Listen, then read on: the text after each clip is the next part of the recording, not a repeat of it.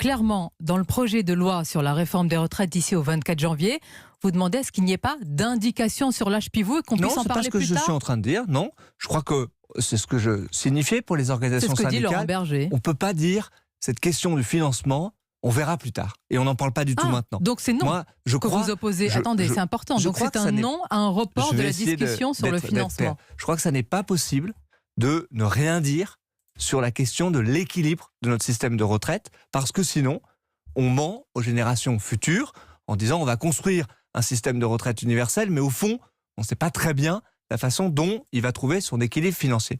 Mais pour autant, je crois que nous devons être flexibles sur les modalités pour trouver cet équilibre.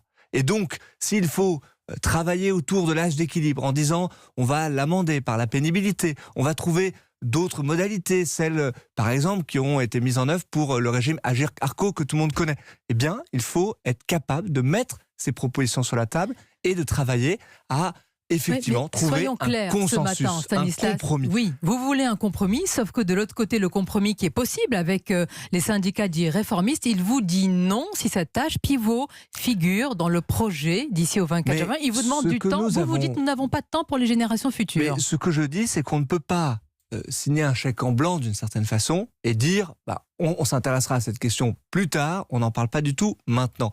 Avoir un système qui est équilibré, je pense que c'est le corollaire d'avoir un système qui est universel, d'avoir un système qui est équitable. Mais pour autant, je dis que nous devons effectivement travailler à toutes les voies de consensus pour savoir comment est-ce qu'on peut trouver cet équilibre financier. Et là, il faut que personne n'ait de dogmatisme sur cette question. Personne, même le Premier ministre, ni même le gouvernement. Évidemment, je crois que l'âge d'équilibre pur et parfait, eh bien ça n'existe peut-être pas. Et donc il faut pouvoir travailler à la question de la pénibilité notamment, aux questions des carrières longues, à toutes ces questions qui permettent de ne pas avoir un système aveugle et qui fasse en sorte que ceux qui ont effectivement des carrières pénibles puissent ne pas avoir à travailler plus longtemps.